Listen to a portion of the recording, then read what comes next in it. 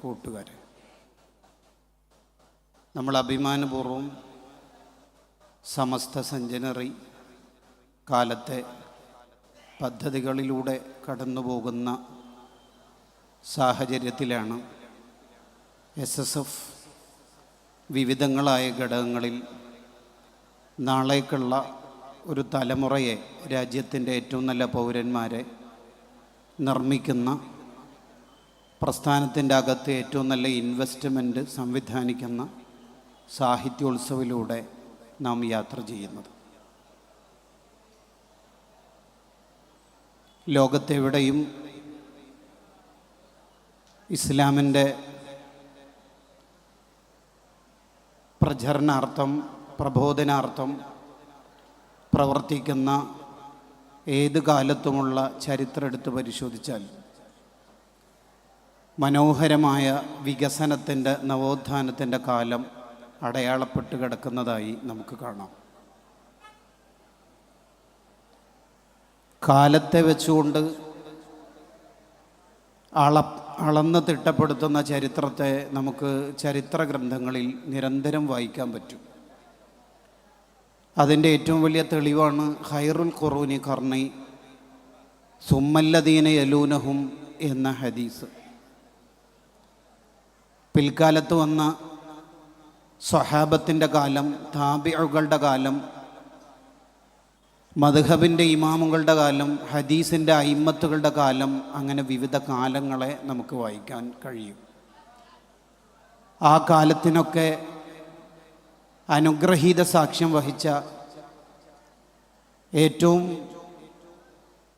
മനോഹരമായി മുന്നിൽ നിന്ന നാടാണ് നമ്മുടെ നാട്, അഥവാ നമ്മുടെ കേരളം. കേരളീയരായ താബിഈങ്ങൾ എന്ന് നമുക്ക് ആധികാരികമായി പറയാൻ പറ്റും. ആ കേരളത്തെ ഈ കാലമെത്രയുമായി വളരെ മനോഹരമായി നമ്മുടെ മതത്തെ ആവിഷ്കരിക്കുന്നിടത്ത്, മതത്തിൻ്റെ സൗന്ദര്യം സർവർക്കും ബോധ്യപ്പെടുത്തി കൊടുക്കുന്നിടത്ത് ഈ കാലത്ത് ഏറ്റവും നിർണായക പങ്കുവഹിക്കുന്ന 100 വർഷം, 100 പ്രകാശവർഷം ആഘോഷിക്കുന്ന സമസ്ത സെഞ്ചുറി കാലത്ത് സമസ്തയുടെ 100 പ്രകാശവർഷങ്ങളെ ഏറ്റവും ലളിതമായി പരിചയപ്പെടാനാണ് ഈ സെഷൻ നമ്മൾ ഉദ്ദേശിക്കുന്നത്.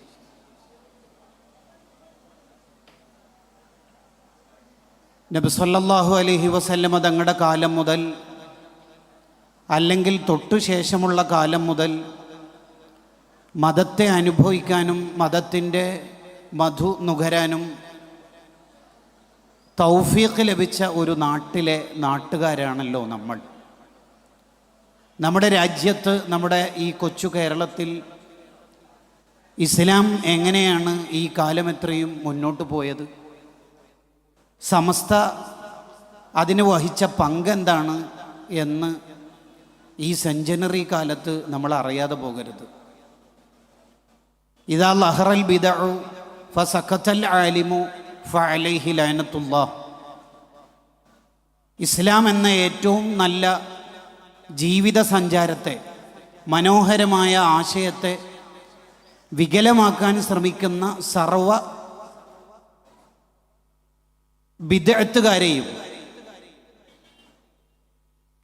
അനാചാരങ്ങൾ മുന്നിൽ കൊണ്ടുവന്ന് കള്ളത്വരീക്കത്തുകളുടെ പേരിൽ വിവിധങ്ങളായ ആശയങ്ങൾ മുന്നിൽ വന്നപ്പോൾ ഇസ്ലാമിൻ്റെ സൗന്ദര്യമായ സഞ്ചാരത്തെ തടയുന്ന ഓരോ കക്ഷികളെയും, ഓരോ വിഭാഗത്തെയും നമ്മുടെ സഞ്ചാര വഴിയിൽ നിന്ന് മാറ്റി നിർത്തുക എന്നുള്ളതായിരുന്നു നമ്മുടെ ഉലമാ സ്വീകരിച്ച ആദ്യമായ പ്രതിരോധ രീതി. കാരണം ഇമാദത്തുൽ അദാ അനി ത്വരീഖ്, വഴിയിൽ നിന്ന് തടസ്സം നീക്കുക എന്ന് പറയുന്നത് സ്വതക്കയാണെന്ന് പഠിപ്പിച്ച മതമാണ് ഇസ്ലാം.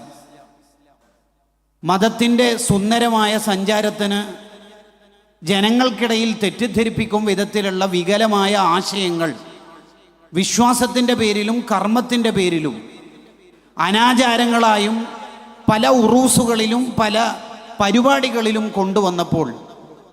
അതിനെ ഏറ്റവും മനോഹരമായി പ്രതിരോധിക്കുക എന്നുള്ളത് ഒരു ദാനധർമ്മത്തിൻ്റെ പ്രതിഫലം കിട്ടുന്ന കർമ്മമായി മനസ്സിലാക്കിയ നമ്മുടെ ഉലമാ ആ വൃത്തികേടുകളെ മുഴുവനും ഇസ്ലാമിക സഞ്ചാരത്തിൻ്റെ ആ സഞ്ചാര വഴിയിലുള്ള എല്ലാ വൃത്തികേടുകളെയും കൃത്യമായി തുടച്ചു നീക്കുന്ന സ്വതക്ക സംവിധാനങ്ങളായിരുന്നു ഈ കാലത്ത് നമ്മൾ പ്രഥമ പരിഗണനയായി നൽകിയത്. കാരണം ഈജിപ്ഷ്യൻ മോഡലിൽ ബിദ്അത്തിന്റെ വിവിധ കക്ഷികൾ കേരളത്തിൽ തല പൊങ്ങി വന്നപ്പോൾ അതല്ല ഒറിജിനൽ ഇസ്ലാം എന്ന് ബോധ്യപ്പെടുത്തൽ ആ കാലത്തെ ഉലമാഇന്റെ ഏറ്റവും വലിയ ദൗത്യമായിരുന്നു. ഇസ്ലാമിനെ ഏറ്റവും മനോഹരമായി ലോകത്ത് ആവിഷ്കരിക്കുകയും ഇസ്ലാം എന്ന് പറഞ്ഞാൽ കുറേ കണ്ടന്റുകൾ നിറഞ്ഞ, ആശയങ്ങൾ നിറഞ്ഞ, തിയറികൾ നിറഞ്ഞ ഒരു മതമായി പൂട്ടിക്കെട്ടുന്നതിന് പകരം ഏത് സാഹചര്യത്തിലും ഏത് മനുഷ്യനും ഏത് പ്രാതികൂല്യ സാഹചര്യത്തെയും മറികടക്കാൻ പറ്റുന്ന, എല്ലാ സാഹചര്യത്തിലും ജീവിക്കാൻ പറ്റുന്ന ഏറ്റവും ജീവിത സുഗന്ധമുള്ള ഒരാശയമാണ് ഇസ്ലാം എന്ന് ലക്ഷക്കണക്കിന് ഇസ്ലാമിക ദഅ്വാ പ്രവർത്തകരായ വോളണ്ടിയേഴ്സിനെ വിന്യസിച്ചുകൊണ്ട് സമസ്ത യാത്ര ആരംഭിച്ചു. അതിനായിരുന്നു ദഅ്വാ കോളേജുകളും പള്ളി ദർസുകളും സംഘടനാ സംവിധാനങ്ങളും മറ്റെല്ലാ ഫെസിലിറ്റീസും നമ്മുടെ ഉലമാ ഒരുക്കിയിരുന്നത്. അല്ലാതെ ഇസ്ലാമിക ഭരണമുള്ള രാജ്യത്തു പോലും അഡ്മിനിസ്ട്രേഷന് പ്രാധാന്യം നൽകി കുറേ ഉട്ടോപ്യൻ തിയറികൾ പറഞ്ഞ് ഇതെന്തോ ഒരു ബലികേറാമലയാണ് മതം അല്ലെങ്കിൽ മതവിശ്വാസം എന്ന് തെറ്റിദ്ധരിപ്പിക്കും വിധത്തിലുള്ള ആശയമല്ല ഇസ്ലാം എന്നും, മണ്ണിനോട് ചേർന്ന് മനുഷ്യന് പറ്റിയ, നമുക്ക് ഭരണമുണ്ടെങ്കിലും ഇല്ലെങ്കിലും സുന്ദരമായി ജീവിച്ചു കാണിച്ചു കൊടുക്കാൻ പറ്റിയ ആശയമാണ് മതം എന്നും ബോധ്യപ്പെടുത്തും വിധത്തിലായിരുന്നു സമസ്തയുടെ സഞ്ചാരം മനോഹരമായി മുന്നോട്ട് പോയത്. കാലങ്ങളായി ഷിർക്ക് തൗഹീദിന്റെ തിയറികളിൽ കുടുങ്ങിക്കിടക്കുന്ന മുജാഹിദിസമോ പൊതുപ്രവർത്തനങ്ങളിൽ നിന്ന് മാറി നിന്ന് ദീനീ പ്രവർത്തനം എന്നുള്ളത് മിഹ്റാബുകളിലും പള്ളികളിലും ഒതുക്കി നിർത്തണമെന്ന തബ്ലീഗിസമോ അല്ല, രാഷ്ട്രീയവും രാഷ്ട്രപ്രവർത്തനവുമാണ് മതം എന്ന് വിചാരിക്കുന്ന ജമാഅത്തെ തിയറി അല്ല, സർവതല സ്പർശിയാണ് മതം എന്ന് സമസ്ത നിരന്തരം ഓരോ വിഭാഗത്തോടും ബോധ്യപ്പെടുത്തിക്കൊണ്ടേയിരുന്നു. അതുകൊണ്ടാണ് നമുക്ക് IPF-കളുണ്ട്, ഉദ്യോഗസ്ഥ വിഭാഗത്തിന് സംഘടനാ സംവിധാനങ്ങളുണ്ട്, വിദ്യാർത്ഥികൾക്കുണ്ട്, യുവതലമുറക്കുണ്ട്, ബഹുജന സംഘടനയായിട്ടുണ്ട്.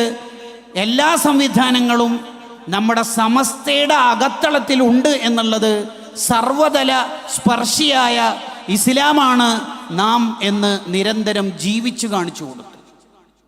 അതിന് നേതൃത്വം നൽകിയ ഉലമാ ഏതെങ്കിലും ഒരിടത്ത് ഒതുങ്ങി നിൽക്കുന്നതിന് പകരം കാലത്തെ തോൽപ്പിക്കുന്ന വൈജ്ഞാനിക വിപ്ലവം തീർത്ത് പ്രാഥമിക തലം മുതൽ ആഗോളതലം വരെ വളർന്നു പന്തലിച്ച ദാഇകളെ, പ്രബോധകരെ, ഇസ്ലാമിക വോളണ്ടിയേഴ്സിനെ വിന്യസിക്കുമാർ വിദ്യാഭ്യാസ മുന്നേറ്റങ്ങളിൽ കഴിഞ്ഞ 100 കൊല്ലം കേരളം അതിന് സാക്ഷ്യം വഹിച്ചു.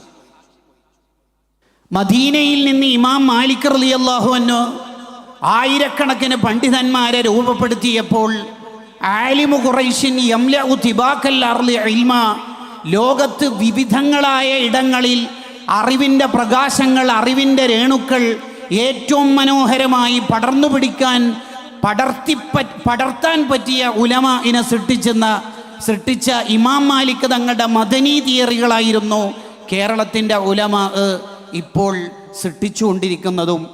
RSC 30 രാജ്യങ്ങളിലായി നാട്ടുദർസ് ആരംഭിച്ചപ്പോൾ സുൽത്താനുൽ ഉലമ ഉസ്താദിൻ്റെ കിതാബിന് ജർമ്മനി RSCയുടെ നേതൃത്വത്തിൽ ഇംഗ്ലീഷ് പണ്ഡിതന്മാർ മുദരിസായി അസൈൻ ചെയ്യപ്പെടുന്നതും നമ്മുടെ സമസ്തയുടെ പ്രാഥമിക തലം മുതൽ ആഗോളതലം വരെ സ്പർശിക്കുന്ന ദഅവത്തിന് ഉദാഹരണമാണ്, റെലവൻ്റായ എക്സാമ്പിളാണ്. അങ്ങനെ മദ്രസ സംവിധാനങ്ങൾക്കും സ്ഥാപനങ്ങൾക്കും സ്ത്രീ ശാക്തീകരണത്തിനും എല്ലാത്തിനും സമസ്തയുടെ ഉലമാ ഏറ്റവും മനോഹരമായി ഇടപെട്ടപ്പോഴാണ് ഇസ്ലാം എന്ത് എന്ന് ഈ ഉമ്മത്തിന് വളരെ കൃത്യമായി ബോധ്യപ്പെടുത്തുന്നു. കാലാനുസൃതമായ മദ്രസ പാഠപുസ്തകങ്ങളും മദ്രസ സംവിധാനങ്ങളും നമ്മുടെ സമസ്തയുടെ പ്രത്യേകതകളിൽ ഒന്നാണ് എന്ന് എടുത്തു പറയേണ്ടതില്ലല്ലോ. അങ്ങനെ ജനങ്ങൾക്ക് ഉപകാരം ചെയ്യുന്ന ജീവിതത്തെ ഏറ്റവും മുഖ്യമായ പ്രവർത്തനമായി സംഘടനകൾക്ക് അസൈൻ ചെയ്തു കൊടുത്തപ്പോൾ ഉലമാഇനെ നമ്മൾ വായിക്കേണ്ടത് ഇന്നലകളിൽ ജീവിച്ച ഇമാമമാരുടെ ജീവിതത്തോട് ചേർത്ത് വെച്ചുകൊണ്ടാണ്. ഇമാം മഹല്ലി റളിയല്ലാഹു അൻഹു ദർസ് ക്ലാസ്സുകൾക്കിടയിൽ ഇറങ്ങിപ്പോകുന്നത് കണ്ടപ്പോൾ ശിഷ്യന്മാർ ചോദിക്കുന്നുണ്ട്, എവിടേക്കാണ് ഉസ്താദ് പോകുന്നത്? അജായിസായ പ്രായമുള്ള സ്ത്രീകൾക്ക് വെള്ളം കോരി കൊടുക്കാൻ വേണ്ടിയാണ് പോകുന്നതെന്ന് ശ്രദ്ധയിൽപ്പെട്ടപ്പോൾ ശിഷ്യന്മാരുടെ ചോദ്യമുണ്ട്, ദർസുകൾക്കിടയിലാണോ ഉസ്താദ് അങ്ങോട്ടേക്ക് പോകുന്നത്? ബുഖാരിയുടെയും ബൈലാവിയുടെയും സബുക്കുകൾ കഴിഞ്ഞ് സംഘടനാ മീറ്റിങ്ങുകൾക്കും പാവപ്പെട്ടവരുടെ വീട് കൂടലിനും പാവപ്പെട്ടവരുടെ കല്യാണം നടത്തി കൊടുക്കാനും വേണ്ടി മുഷാവറ അംഗങ്ങൾ യാത്ര ചെയ്യുന്നത് എവിടുന്ന് കിട്ടി എന്ന് ചോദിച്ചാൽ ഷാരിഉൽ മുഹക്കിക്കായ ജലാലുദ്ദീനുൽ മഹല്ലി തങ്ങളുടെ ജീവിതത്തിൽ നിന്ന് കിട്ടിയെന്നാണ് ഉത്തരങ്ങളായി വരുന്നത്. പൊതുപ്രവർത്തനം നടത്തുന്നതിനിടയിലും ദർസിന് ഏറ്റവും വലിയ പ്രാധാന്യം നൽകുന്ന ഇമാമുമാരെയും നമ്മൾ ഇടയിൽ വായിച്ചു പോകാറുണ്ട്. മകൻ മുഹമ്മദ് മരണപ്പെട്ടപ്പോൾ അബൂ യൂസുഫ് റളിയല്ലാഹു അൻഹു ജനാദ നിസ്കാരത്തിന് പങ്കെടുത്ത് ബാക്കി കാര്യങ്ങൾ നിങ്ങൾ ചെയ്തോളി എന്ന് പറഞ്ഞപ്പോൾ ഉപ്പയായ നിങ്ങൾ വരുന്നില്ലേ എന്ന ചോദ്യത്തിന് ഉത്തരം പറഞ്ഞത് അബൂ ഹനീഫ റളിയല്ലാഹു അൻഹുവിൻ്റെ അഥവാ ഉസ്താദിൻ്റെ ദർസ് മിസ്സായേക്കുമോ എന്ന ഭയം ആയിരുന്നു.